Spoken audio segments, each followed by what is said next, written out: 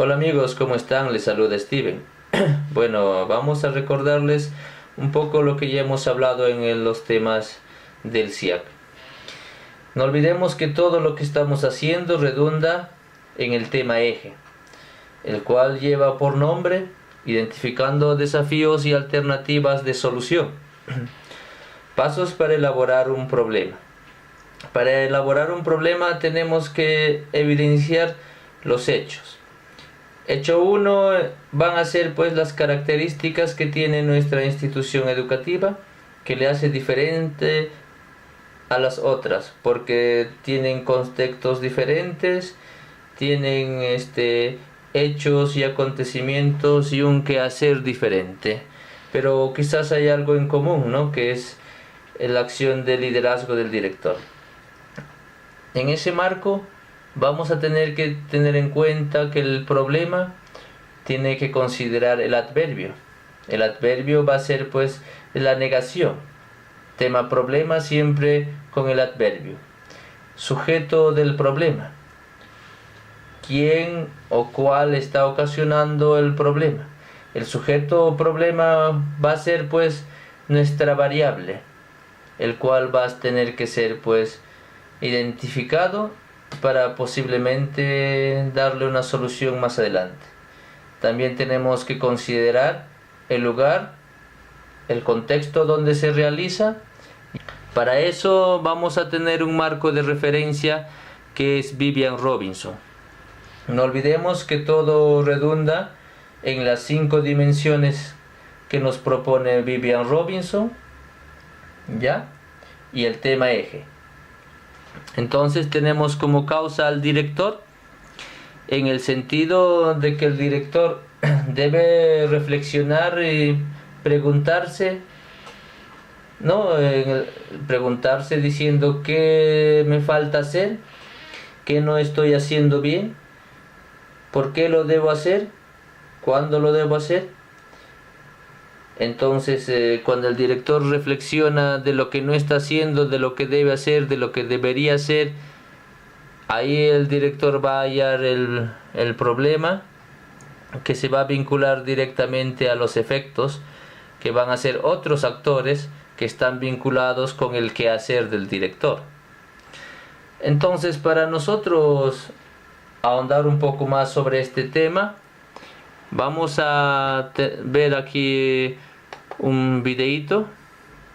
A ver, aquí dice: lo primero que debemos saber es cómo redactar un problema, que ya lo hemos ido hablando hace un par de minutos, pero debe estar expresado, recuerden eso, nuevamente, debe estar expresado con el adverbio, como una condición negativa. Tener especificada, debe estar especificada el espacio donde se va a ubicar ese problema.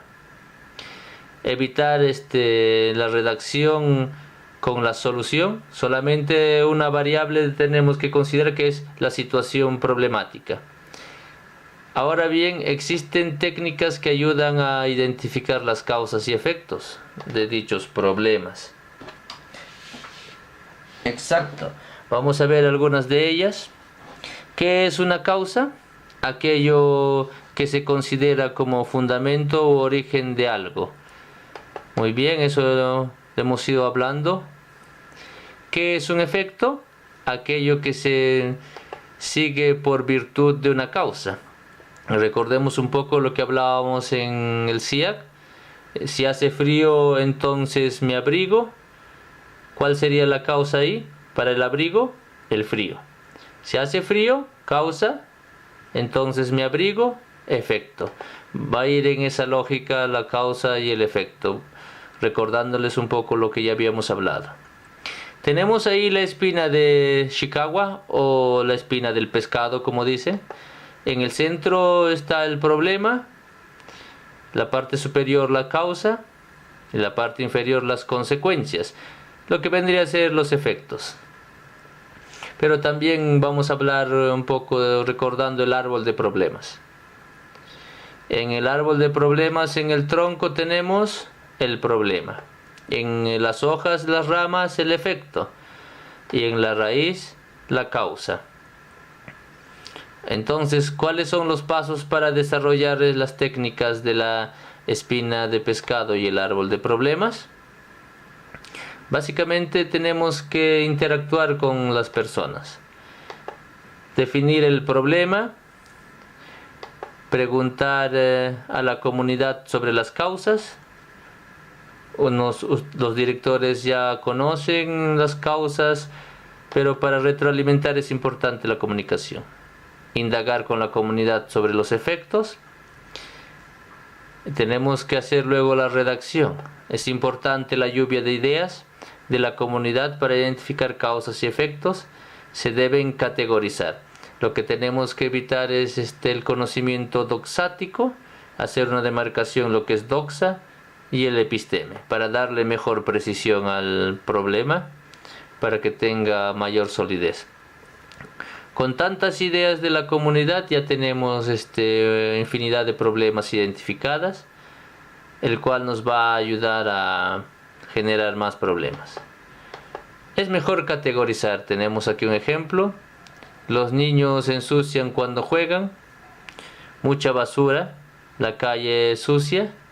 Ideas de la comunidad así aglomeradas. Ahora vamos a darle categoría. En la categoría señalaría falta de aseo en las calles.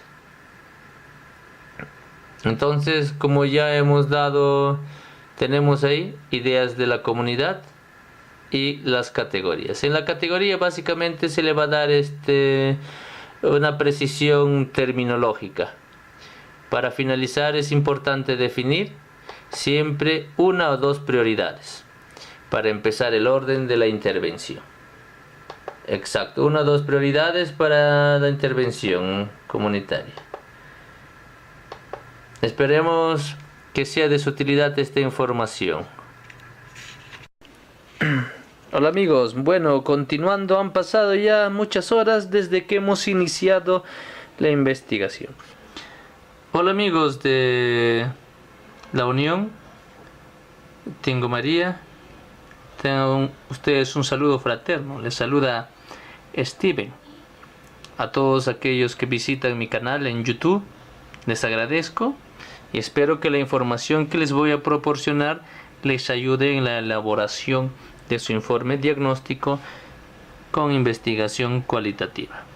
Bueno, vamos a un poco a decirles lo que hemos estado utilizando.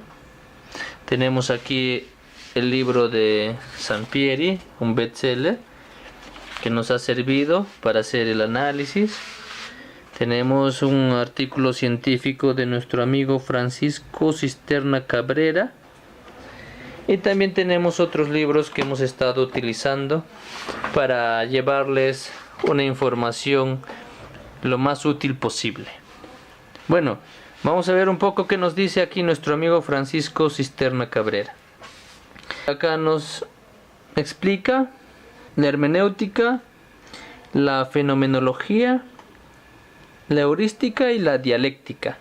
Bueno, vamos a ver un poco qué nos dice. Ya.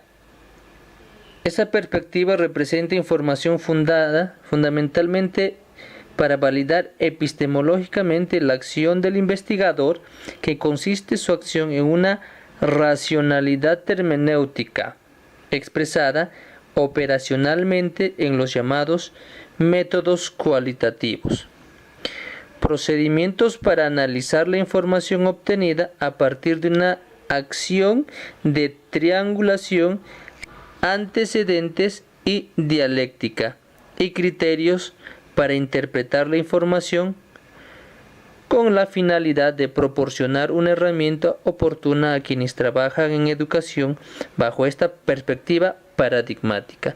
Palabras claves que nos dice aquí el investigador es hermenéutica, investigación, educación, categorización y triangulación.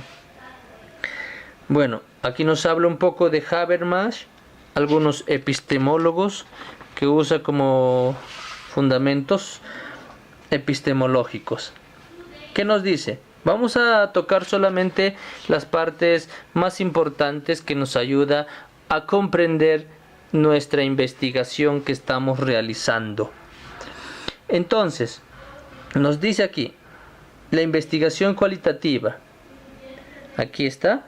Investigar desde una racionalidad hermenéutica significa una forma de abordar, estudiar, entender, analizar y construir conocimientos a partir de procesos de interpretación, donde la validez y confiabilidad del conocimiento descansa en última instancia en el rigor del investigador.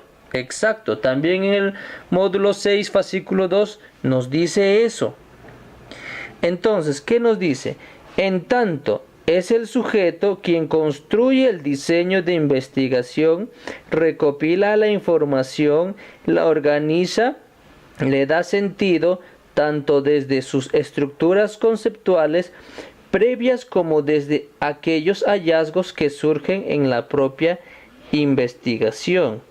¿Qué nos dice? La construcción de un modelo de investigación cualitativa. Entonces, dar cuenta de modo coherente, secuencial, integrado, de modo de todo el proceso de investigación tiene que ser de manera coherente. Entonces, ahora, el eje conductor del acto hermenéutico es el uso del lenguaje, entendido en su doble acepción dialéctica.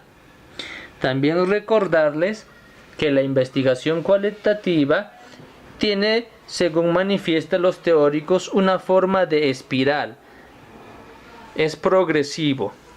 Cada vez va mejorando, agarrando precisión para generar una investigación más consistente. Ahora, ¿qué nos dice?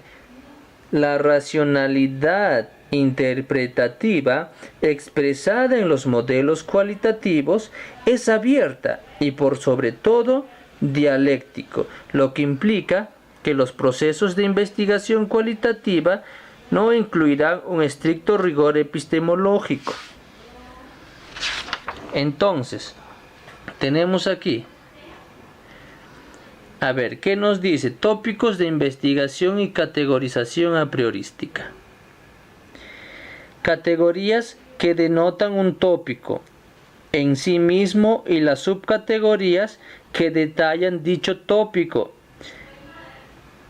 ¿Qué cosa es? En microaspectos. Estas categorías y subcategorías pueden ser a priorísticas, es decir, construidas antes del proceso recopilatorio de la información.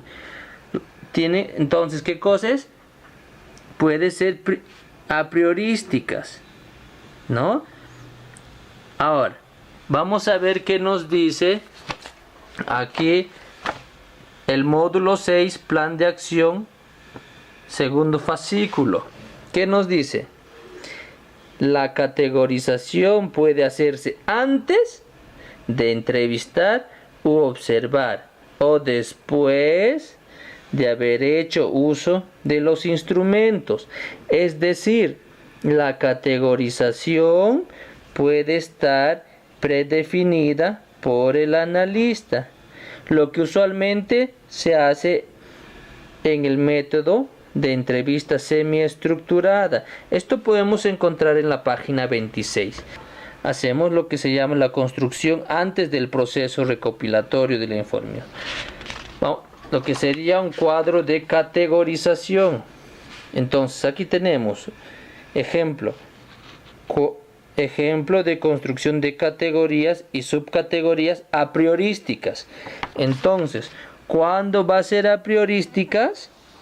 Estas categorías y subcategorías pueden ser a priorísticas, es decir, construidas antes del proceso recopilatorio de información. Entonces, antes del proceso recopilatorio de información va a ser a priorística, ¿verdad? Entonces, aquí vamos a tener un ejemplo de construcción de categorías y subcategorías a priorísticas. Ya, vamos a ver qué nos dice. Dice, desde el punto de vista, la investigación cualitativa siempre tiene un carácter fenomenológico que expresa la relación dialéctica que surge en la relación intersubjetiva. Entonces, no debemos olvidar que la investigación cualitativa siempre tiene un carácter fenomenológico. No se preocupen, más adelante les voy a explicar un poco de la fenomenología y la hermenéutica, que es fundamental saber para poder comprender mejor la investigación cualitativa. A ver, mejor vamos a otra hoja. Aquí tenemos lo que se llama ejemplo de pautas de entrevista semiestructurada para 3 estamentos. Aquí tenemos el estamento del docente de aula, tenemos del directivo, del estudiante, pero no se preocupen que esto les voy a explicar más adelante. Además, ya lo estuvimos haciendo en 2 de mayo. Ahora tenemos lo que se llama el procesamiento de la información desde la triangulación hermenéutica. Entonces, cuando nosotros vamos a hacer la triangulación, o sea, la interpretación de las respuestas que nos van a dar los entrevistados según el estamento, vamos a usar la hermenéutica. Es por eso que acá en la página 26, ¿qué nos dice? Para la reducción de datos vamos a transcribir las respuestas de los participantes en un grupo de discusión o entrevista en profundidad. Se selecciona aquellas frases que nos permiten identificar ideas relevantes respecto al tema. Esto que dice, se selecciona aquellas frases que nos permiten identificar ideas relevantes de acuerdo al tema, significa ¿qué cosa? Significa interpretación hermenéutica. ¿Qué dice? Entendido por proceso de triangulación hermenéutica, que es la acción de reunión y cruce dialéctico de toda la información pertinente al objeto de estudio, surgida en una investigación por medio de los instrumentos correspondientes. ¿Qué nos dice un poco más abajo?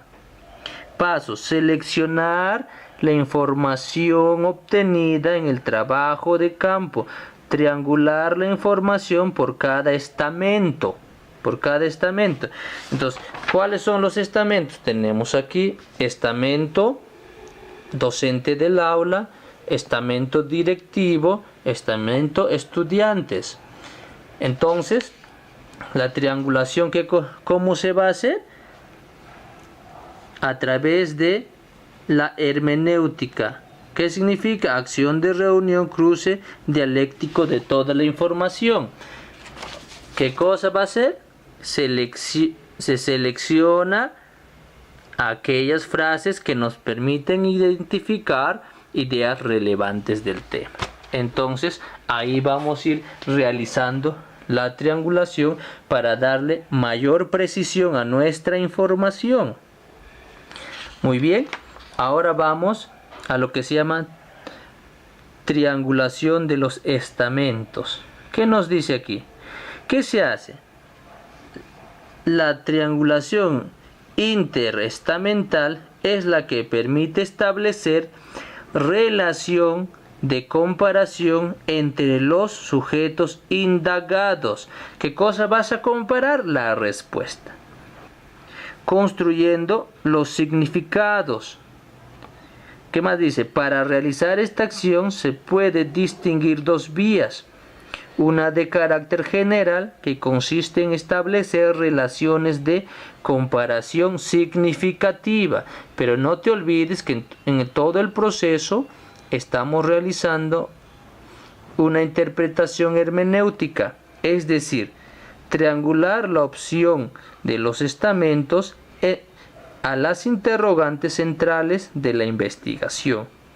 y una de carácter específico que permite hilar más fino. Por último, establecer estas relaciones de comparación significativa desde las conclusiones en segundo nivel. A ver, vamos ahora, interpretación de información. La interpretación de la información constituye en sí misma el momento hermenéutico propiamente tal. No olvides que para hacer la interpretación de la información que luego nos va a llevar a una conclusión más exacta, tenemos que utilizar la hermenéutica. Ya, entonces, ¿qué nos dice? Ordenar de modo sistematizado y secuencial. Les voy a llevar a este cuadro. En el campo educativo vamos a tener interrogantes que nos van a ayudar a interpretar la información. Tenemos interrogantes que pueden orientar al proceso de interpretación. Campo disciplinar. Tenemos que ver que los contenidos estén dentro de estos campos, desde el ámbito del currículo, desde el ámbito de la didáctica, desde el ámbito de la evaluación, desde el campo de las disciplinas complementarias de educación. Hola, hola amigos de la Unión. Ya, muy bien. Vamos a recordarles cómo hemos estado realizando nuestro informe diagnóstico. Muy bien. Aquí tenemos el informe diagnóstico anterior, cuantitativo. Y aquí tenemos el esquema del informe cualitativo. Muy bien. Bueno, tenemos aquí nombre del asesor, la presentación. También aquí tenemos la presentación. Muy bien, aquí la presentación va a ser en torno al cuantitativo. Aquí la presentación va a ser en cuanto al cualitativo. En esta parte vamos a resaltar donde dice, a ver, vamos a ver, aquí tenemos, ya, en esta parte, dice, ya tenemos, ya, de los estudiantes. Para ello, el segundo módulo se empleó criterios cuantitativos para su medición. Entonces, en el segundo módulo se empleó criterios cuantitativos. Y en el tercer módulo se está empleando criterios cualitativos para su comprensión. Ya, muy bien. Bueno, detallando esto, vámonos de frente a lo que interesa. Pero vamos a ver los datos que interesan saber, que nos van a ayudar al tema de la investigación. Bueno, vamos a ver qué nos dice en la investigación cualitativa. Ocurren formas paralelas. Tenemos el capítulo 14, la página 581. ¿Qué nos dice en síntesis? Dice: los principales métodos para recabar datos cualitativos son la observación, la entrevista, los grupos de enfoque, la recolección de documentos y materiales y la historia de vida. Ahora, el análisis cualitativo implica organizar los datos recogidos, transcribirlos al texto cuando resulta necesario y codificarlos. La codificación tiene dos planos o niveles. Del primero se generan unidades de significados y categorías. Del segundo emergen temas y relación entre conceptos. Al final se produce teoría enraizada en los datos. El análisis cualitativo es iterativo y recurrente. Tenemos aquí insumos que vamos a trasladar aquí. No se olviden que estos insumos van a ser mejorados, van a tener mayor precisión, van a ir agarrando forma, como quien dice. ¿Ya? Entonces lo que vamos a hacer, el diagnóstico anterior, los insumos vamos a trasladarlos acá. Muy bien. Luego tenemos causas directas. Igual, en el informe diagnóstico anterior igual, trasladamos. Eso no quiere decir que aquí va a permanecer tal cual está aquí. Esta información se va a ir mejorando aquí. Muy bien. Hemos trasladado aquí. Tenemos la contextualización. También lo trasladamos aquí. De causas directas, dice aquí. Lo trasladamos.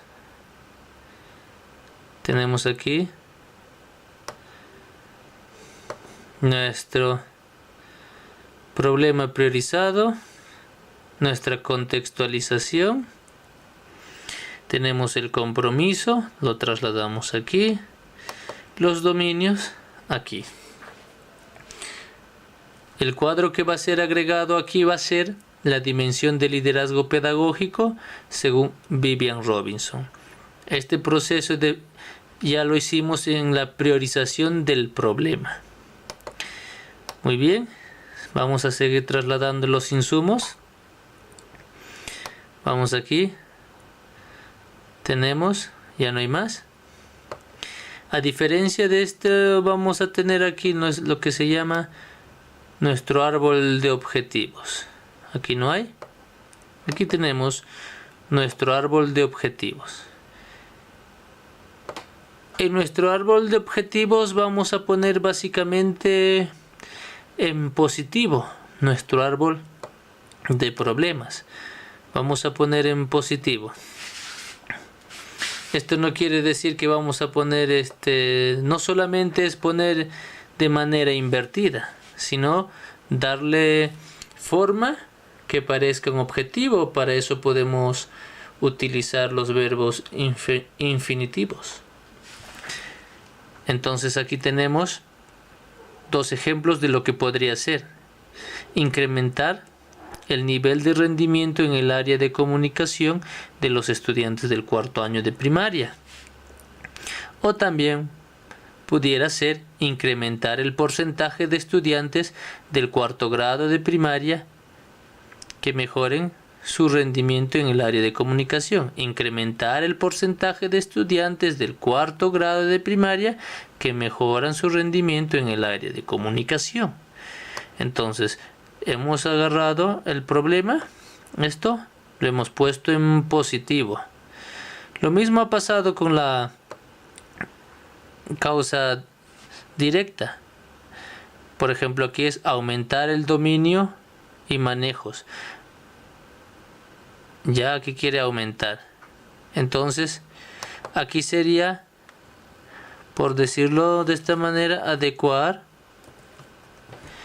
el manejo. Aquí sería mejorar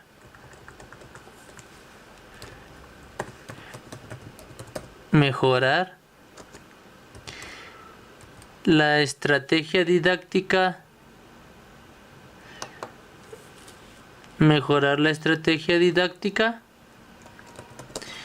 de los docentes para desarrollar una sesión de clase adecuada. Entonces ya tenemos aquí nuestros objetivos específicos que están en positivo. Ahora tenemos nuestros efectos que se convierten en fines. ¿Cuáles serían los fines? Mejorar el porcentaje de estudiantes aprobados en el área de matemática. Estudiantes del quinto grado que comprenden lo que leen. Adecuada autoestima de los estudiantes. ¿No?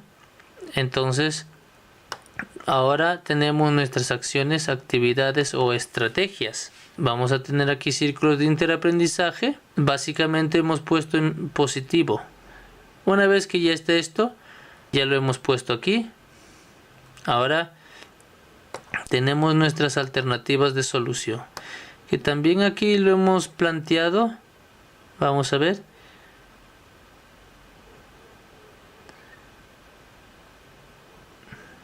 Ya, bueno, creo ya no tenemos algún insumo que nos pueda ayudar. Aquí tenemos algunas alternativas de solución que nos pueden ayudar aquí y le podemos ir dando precisión. No vayan a pensar que esto es el final. Todavía en el proceso de investigación se va a ir precisando las alternativas. Luego tenemos aquí sustente por qué. Aquí tenemos el sustento que nos pueden ayudar. Eso no quiere decir que así va a quedar, sino nos ayudan, son insumos.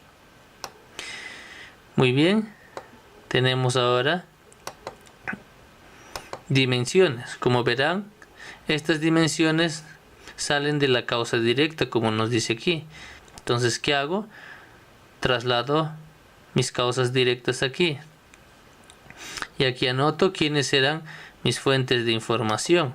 Tenemos docentes, directores. Si usted va a tener docentes, estudiantes, directores, ¿qué técnica?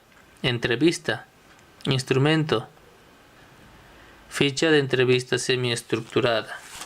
Entonces, usted va a anotar aquí lo que está utilizando. Una vez que esto ya está, tenemos el cuadro de categorización. Este informe todavía está por terminar, colegas. Es a modo de explicación para que ustedes lo vayan realizando. Bueno, ahora como hemos hecho, en este caso vamos a hacer lo que se llama un cuadro de categorización. Bueno, aquí tenemos unas diapositivas que nos ha proporcionado el buen amigo Rubén. Muy bien, lo que nosotros vamos a hacer es primero esto. La categorización puede hacerse antes de entrevistar u observar. Primero vamos a hacer el ejemplo de la categorización antes de entrevistar u observar. Luego vamos a hacer el ejemplo después de haber hecho el uso del instrumento. Ya, vamos por el primero. Entonces, ahora sí lo agrando.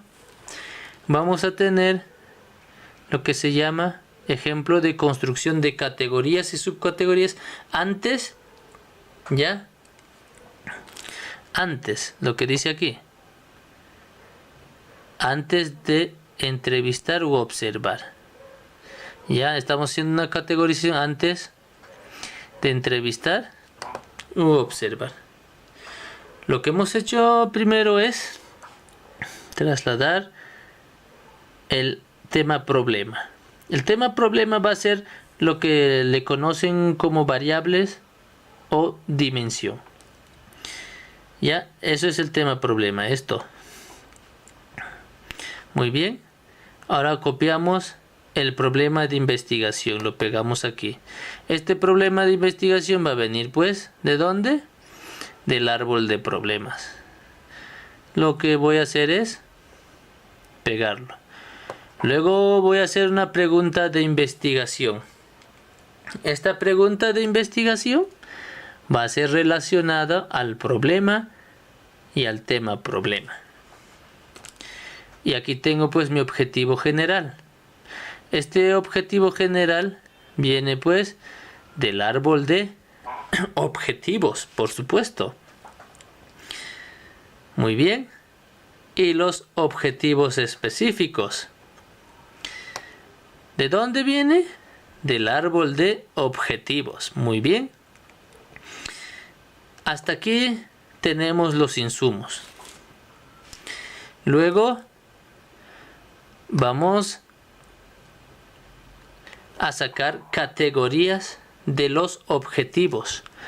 Hay una palabra clave que se va a repetir en esta forma y en la otra. Vamos aquí. Dice función de los materiales educativos. Entonces, ¿qué se está repitiendo? De aquí estamos sacando materiales educativos. Materiales educativos. Muy bien. Ahora vamos a ver en el ejemplo. Aquí categorías que se repite, estrategias metodológicas y estrategias metodológicas. Muy bien. Volvamos. Entonces, hemos hecho la categorización. Aquí tenemos adecuar el manejo de los instrumentos de evaluación en el área de comunicación. Entonces, aquí que tenemos criterios de las técnicas en la aplicación de instrumentos de evaluación. ¿Qué cosa se está repitiendo? Instrumentos de evaluación. Muy bien. Instrumentos de evaluación. Ahora, aquí también. Ya, entonces aquí que tenemos mejorar la estrategia didáctica. En la categoría que vamos a ver, implicancias prácticas de las estrategias didácticas. Estrategias didácticas. Ahora, en la subcategoría, quizás no está aquí lo que sería estrategias didácticas, pero esto va a ir aquí de manera implícita. Concepciones teóricas, ¿de qué? De las estrategias didácticas. Implicancias prácticas, ¿de qué? De las estrategias didácticas. Instrumentos utilizados, ¿en qué? En las estrategias didácticas. Bueno, continuando. Entonces, tenemos función de los materiales educativos en la sesión de clases. En la subcategoría vamos a ver función de los procesos didácticos. ¿En dónde? En la sesión de clases. Función en el aula de clases. ¿Cuándo? Cuando se realiza la sesión de clases. Función en la mejora continua de los aprendizajes. Entonces aquí vemos que se está repitiendo la cuestión de función. Muy bien. Entonces vamos a ver acá igual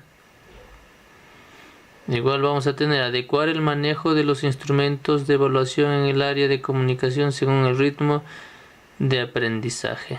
¿Esto qué significa? Criterios de las técnicas en la aplicación de los instrumentos de evaluación. Entonces tenemos acá instrumentos de evaluación. Muy bien. Ahora, ¿qué se va a repetir? Los criterios pedagógicos. Sí, los criterios pedagógicos para aplicar los instrumentos de evaluación. ¿Cuáles son los criterios de planificación? Y por último, ¿cuáles son los criterios de evaluación? Muy bien. Una vez que ya tenemos esto, estas subcategorías, las que ven aquí, nos van a servir para elaborar las preguntas. Aquí tenemos lo que sería una entrevista semiestructurada. Bueno, el libro nos dice que la entrevista se divide en estructuradas, semiestructuradas o no estructuradas o abiertas. Entonces, primero, las entrevistas estructuradas, ¿qué significa? Son guía de preguntas específicas y se sujeta exclusivamente al instrumento. Entonces, la entrevista estructurada se sujeta al instrumento. Ahora, la entrevista semiestructurada, por su parte, se basa en una guía de asuntos o preguntas y también el entrevistador tiene la libertad de introducir preguntas adicionales para precisar conceptos y obtener mayor información sobre los temas deseados. Es decir, no todas las preguntas están predeterminadas en la entrevista semiestructurada, pero en la entrevista estructurada, la base de las preguntas son específicas y se sujeta exclusivamente a lo que dice y señala el instrumento. Ahora, las entrevistas abiertas se fundamenta que tiene una guía general de contenido y el entrevistador posee toda la flexibilidad para manejar la entrevista. Quien maneja el ritmo, la estructura y el contenido de los ítems va a ser el entrevistador. Eso va a suceder en la entrevista abierta. Ahora, ¿qué nos recomienda en las entrevistas? Esto es muy importante. Aquí hay una parte donde nos dice, aquí está, en las entrevistas, no preguntar de manera tendenciosa o induciendo a la respuesta. Es una regla fundamental en la entrevista. No preguntar de manera tendenciosa o induciendo a la respuesta. Vamos a tener un ejemplo de cuáles deberían ser y cuáles no deberían ser. Entonces, primero, las preguntas que no deberían ser. ¿Considera que la mayoría de los matrimonios son felices? A esto se llama una pregunta tendenciosa. Otra pregunta tendenciosa o induciendo la respuesta. ¿Es usted feliz en su matrimonio? Tampoco se debe hacer en esta lógica una pregunta. Otra pregunta que no se debe hacer. ¿Considera que su matrimonio es como el de la mayoría? Tampoco se debe hacer ese tipo de preguntas. La secuencia induce respuestas y genera confusión. Entonces, estos tres ejemplos son claros, típicas preguntas tendenciosas. Bueno, ahora vamos, ¿qué nos dice letras más abajo?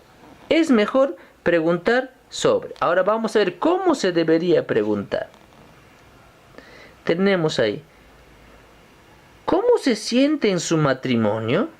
Eso sí es una pregunta válida. Tenemos que dejar que la persona se explaye, ¿no?, de manera libre. En otras palabras, tenemos estas dos. Dice, ¿es usted feliz en su matrimonio? Que es tendenciosa. La respuesta va a ser, pues, emocional. O sea, va a responder a la situación en que vive.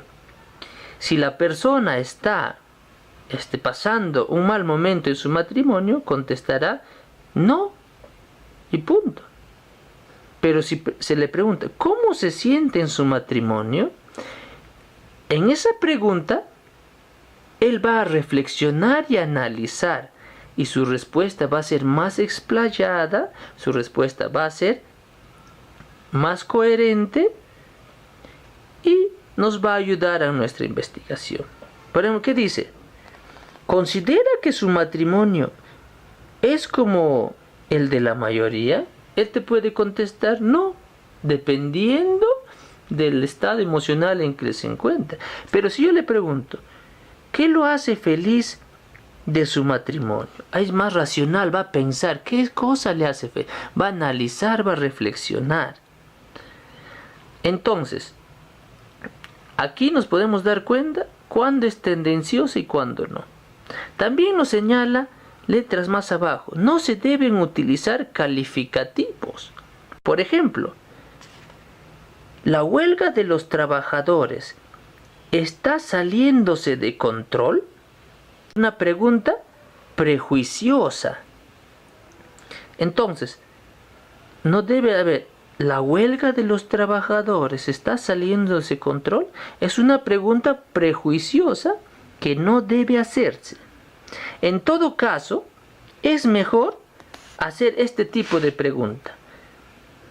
¿Cuál es el estado actual en que se encuentra la huelga? ¿Cuál es la diferencia entre las dos preguntas, en la que se debe hacer y la que no se debe hacer?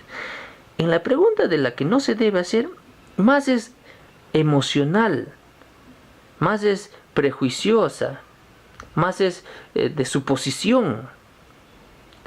Entonces, la pregunta que se debería hacer es así. ¿Cuál es el estado actual en que se encuentra la huelga?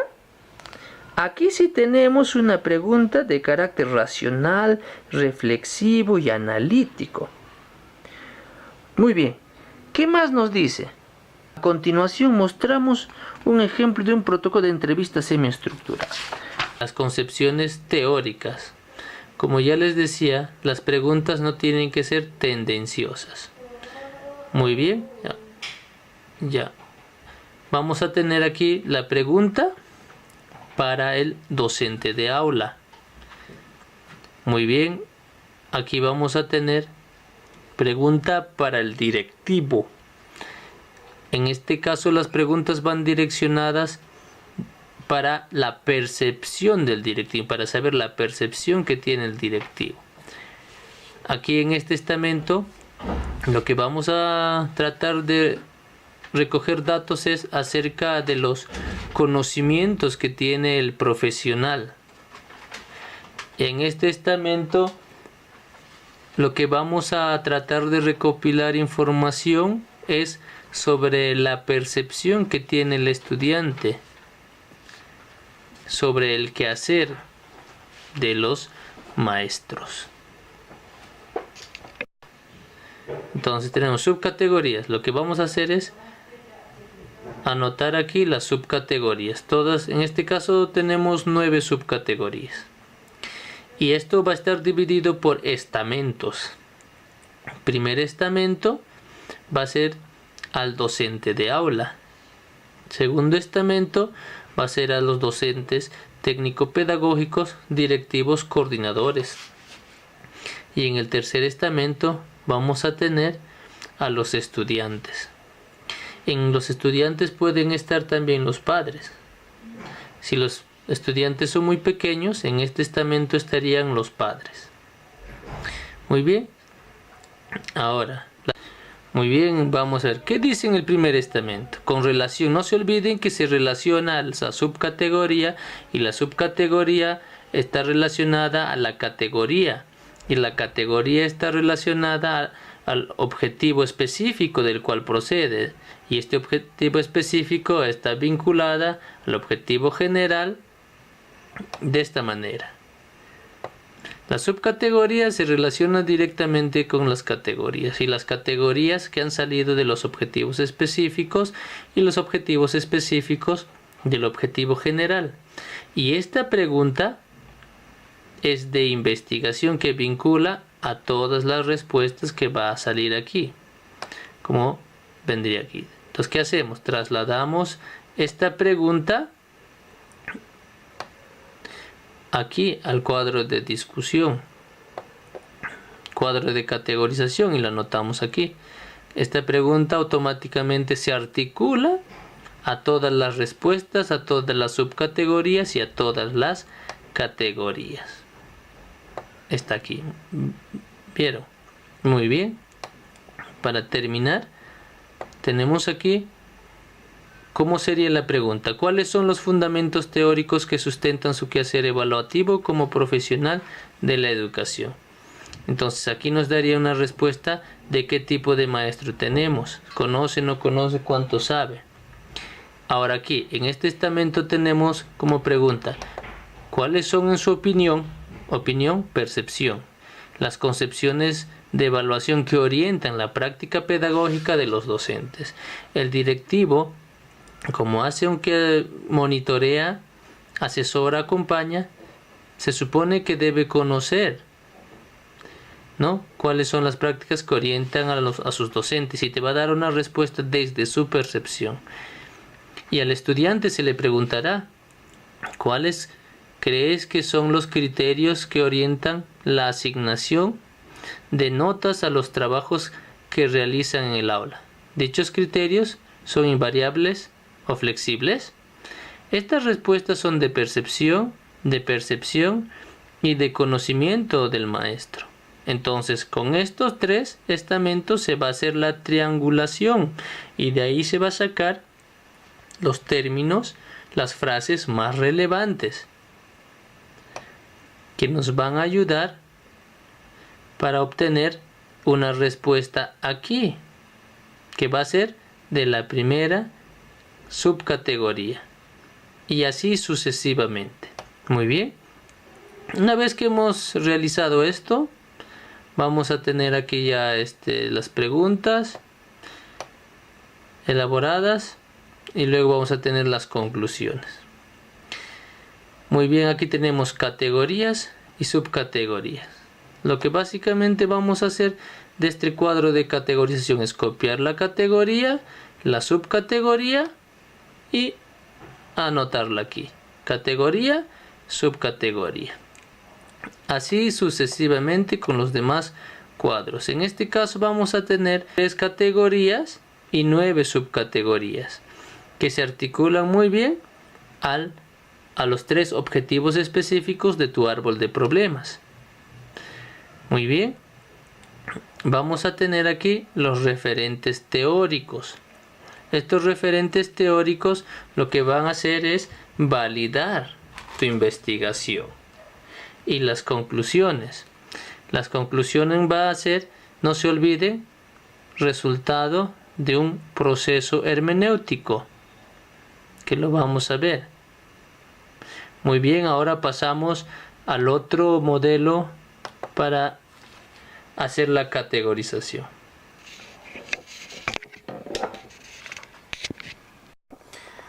Bueno amigos, como les decía, para hacer la categorización tenemos 2 caminos. Hace un momento lo que hemos hecho es la categorización antes de la entrevista.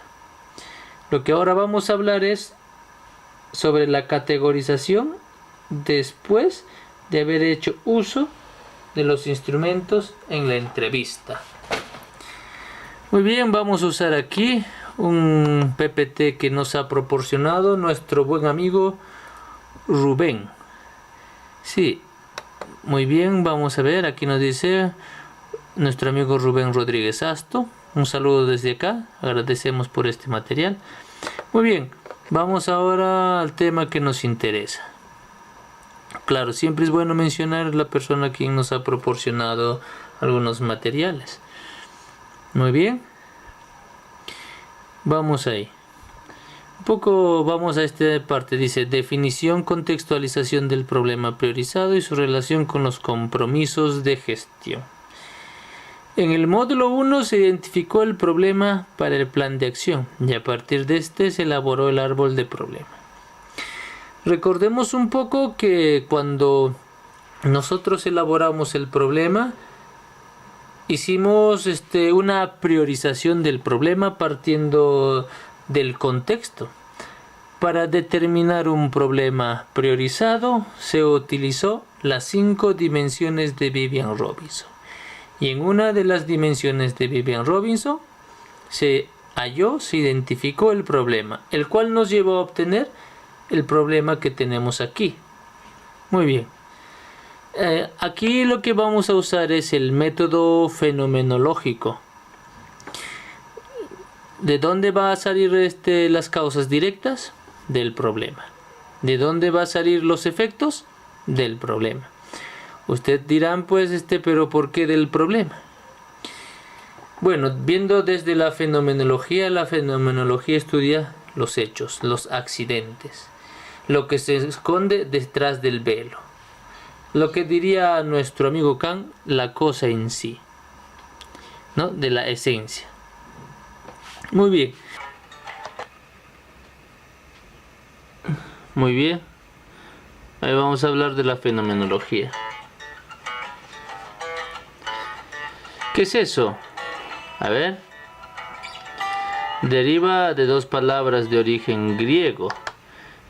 Esa palabra griega es painomenon, que significa fenómeno. El fenómeno, ¿qué es? Aquello que se muestra a partir de sí mismo. Y logos, estudio o ciencia. Entonces la fenomenología es el estudio de los fenómenos. Dicho de otro modo, la fenomenología es la ciencia que estudia la relación que hay entre hechos, o sea, estos hechos son los fenómenos, y el ámbito en que se hace presente esta realidad. Muy bien. ¿Y esta ciencia cuándo surge? ¿Y esta ciencia cuándo surge? Surge en Alemania a fines del siglo XVIII y comienzos del siglo XIX. Exacto. Tenemos ahí a uno de los precursores, si se quiere decir de esa manera. ¿Quién es? Immanuel Kant, que diferenció entre los fenómenos los objetos formados y asimilados por la sensibilidad humana y el entendimiento, lo que va a llamar el noumeno, como cosa en sí. Entonces el noumeno va a ser la cosa en sí, ¿ya? La cosa en sí. La cosa en sí es aquello que se nos aparece en el espacio y el tiempo y sobre lo que no podemos hacer juicios legítimos.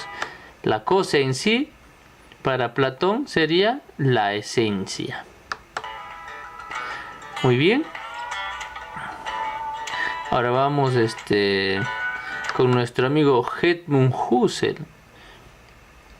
Edmund Husserl se va a encargar de hablarnos más detallado sobre la fenomenología del espíritu. Lo que habla él es la reducción eidética, la apoche, la suspensión de nuestros juicios, poner entre paréntesis nuestros juicios, o sea, evitar toda aquella información que contamine, como los prejuicios, las suposiciones, sino direccionarnos a lo que es.